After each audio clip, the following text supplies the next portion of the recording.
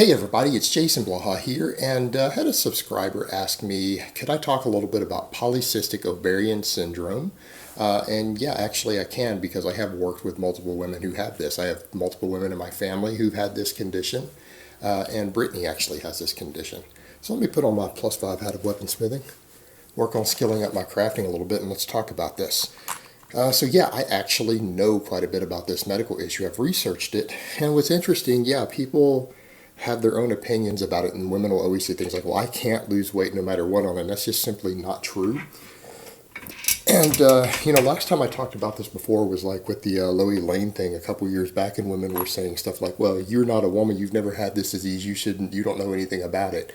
And it's like, actually, I know what causes the weight gain in it. So it's kind of funny, people have that attitude that if you're not a woman who's had this disease, you can't understand it, and that's just insane. That's like saying you can't look through a microscope unless you're gay or you're a woman or whatever. It's insane where people come up with these ideas. No, we actually know why women gain weight on polycystic ovarian syndrome. And the way that it's treated medically for women who struggle with it, they give them the same drugs they give severe diabetics. They give them Metformin as a common drug used for this. So why Metformin? Because this medical condition can cause insulin resistance. All right, insulin resistance. And for those not familiar with that, that's what we talk about a lot with obesity, and it's really misunderstood in the fitness world. People assume that the best long-term treatment to insulin resistance is to try to eat a diet that lowers circulating insulin resistance, when the reality is no. You need a lifestyle and a diet that increases insulin sensitivity. Now, a lot of women are told to try a ketogenic diet on this, and the reason for it, just like people who are extremely morbidly obese, who struggle to lose weight, they have insulin resistance. And until you can get that insulin resistance under control, eating a diet of 70% of your calories from white rice probably isn't going to be the best idea, even though that works fantastic for people in good health who are active. But the thing is, when you have insulin resistance, insulinogenic foods, your body oversecretes insulin as a result of them, because your muscle tissue and everything else, and a lot of the tissues in your body have less sensitivity to insulin. It requires more insulin for you to shuttle blood sugar, glucose into various tissues in the body. And when that happens, it can cause large fluctuations in blood sugar. I mean, there are other health issues involved also, and they actually find that the excessive insulin causes the ovaries in women to start producing testosterone, so they can start having various side effects, including more facial hair and everything else as a result of this. So, getting the insulin under control is important, because you've got those other side effects, but then we have the weight in.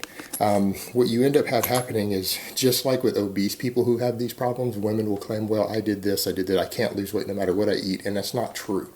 This medical condition doesn't have the biological ability to make you store body fat without eating the actual food required to create the body fat. You have to overeat to gain body fat on it, just like any other condition. However, what do we normally find with people who have various medical issues related to hunger that directly impact it? They will overeat and forget that they overeat.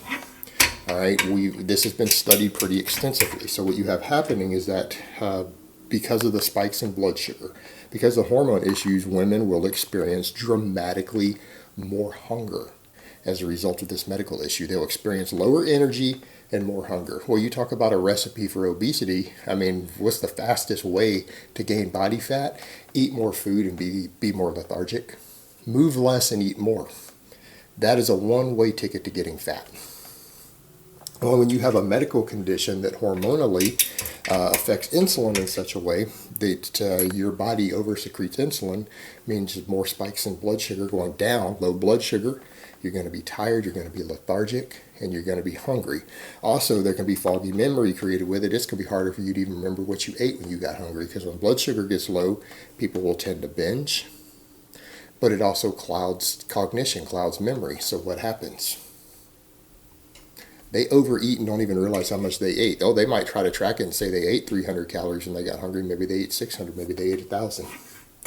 See why this becomes a problem? you have a medical issue that, again, is going to affect blood sugar in a very, very serious way. Very, very easy to gain weight on it. And it's very easy to gain weight on it and not understand why, because someone might even say, well, I'm following the same lifestyle I did. I weighed 130 pounds. I move about the same amount. I have the same lifestyle. I eat about the same amount of food. Why have I gone from 130 to 170? I don't understand. It's clearly I'm eating the same food. You're actually not eating the same food. In your mind, you might have the same level of satiety every day, but you are eating more. And you might be moving less and not realizing that you're eating more. And that's what really, really gets people. Now, in my experience working around this, because I've known women close to me who've had this, a lot of them actually, like half the women in my family have this condition. Those who are very, very strict with what they eat and follow a strict exercise regimen are able to keep their weight down. They're actually able to stay relatively thin and healthy. But if they deviate from that, they will gain weight. The ones who deviate from it, they tend to gain weight pretty rapidly. But what I've found, my observations of this over the years, because I've also helped another member of my family with this, got her into lifting weights about a decade ago. She now squats over 200 pounds. But she struggled with this. Well, obviously, doctors try ketogenic diets at the start, and that's just to try to get their body weight down in an environment where they have insulin resistance. And it can be successful for that. Ketogenic diets can be successful for this. I don't recommend them for all people, obviously. People who don't have insulin resistance, a ketogenic diet is not, I wouldn't recommend it as a weight loss tool unless it just really controls your appetite well. But in this case, yeah, it can be useful. The other main thing, though, is that even if you don't want to do a ketogenic diet or you come off the ketogenic diet, eating plenty of protein. And the reason you need protein is for body composition purposes here. Getting plenty of protein to, number one, help control appetite. Number two, help stabilize blood sugar. Number three, help you build muscle mass. Because you need the change in metabolism. And gaining muscle mass and lifting weights is going to be the only way to increase basic metabolic rate. And particularly metabolic rate when exercising and doing other light activities so that you burn through more calories. Because when you have a medical condition that gives you appetite problems, you're either going to be miserable, or you're going to find a way to burn through those calories, or you're going to get fat. Because those are your only three options. All right? Those are the only three options. You can either be hungry and miserable and lethargic with low blood sugar all the time. That's number one. You can burn through the extra calories so that you can eat more food, but then burn through it so you don't gain body fat. Option number two, and you're going to feel a lot better. Number three, you can just go ahead and get fat. Those are your three options. And that's just the reality of it. People have to decide what they want to do there. But definitely dietary control, meaning, again, either you do a ketogenic diet or you do a pretty high protein diet and try to get plenty of fiber and vegetables in to fill you up and help stabilize your energy levels and blood sugar. But lifting weights is absolutely essential, because weightlifting is one of the single best activities and lifestyle choices we can make that will improve insulin sensitivity.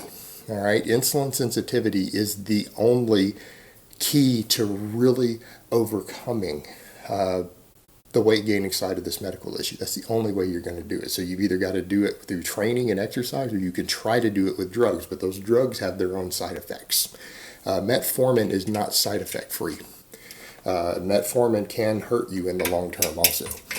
So weightlifting the best one, and then cardio outside of that, being very physically active, lifting weights, doing lots of cardio. That's the only way to get around this. Only way around it, because unfortunately, again, you're dealing with a medical issue that can cause insulin resistance outside of a terrible diet. Usually people develop insulin resistance by being sedentary and either cramming a bunch of sugar or saturated fat down their mouth. All right, so people who love donuts who are sedentary, they're going to be insulin resistant. All right, people who love fried chicken and cake or fried chicken and soda, and that's something they eat on a daily basis, and they're sedentary, they're going to be insulin resistant. It is normally lifestyle induced. In the case of this particular medical issue, it is induced by cysts on the ovaries. It's induced by cysts on the ovaries, but lifestyle can absolutely push it back the other way, just like it can for anyone else. It's not going to be a perfect fix. It's still going to be a little bit of an issue no matter what, until the issue is resolved. And in many cases, that involves removing the ovaries or hysterectomy, depending on how bad the medical condition gets over the years. But this is probably your best solution. If you want the solution that's not going to require you to take a lot of drugs with a lot of side effects and other health risks, lifting weights, eating a high protein diet with plenty of vegetables in it, and doing extra cardio to help burn through the extra calories, because you're going to want to eat more no matter what. That's just the nature of having insulin resistance of any type, or lower insulin sensitivity. Your appetite's going to be affected. You're going to want to eat more. That's the only way to deal with it. You can burn through it so it becomes less of a problem, but the thing is, burning through it and the weightlifting over time will help bring it back under control, as long as you're mindful with your diet overall. All right, guys, but that's really all I have to say on that today. I hope it's been informative, and I will talk to you guys next time.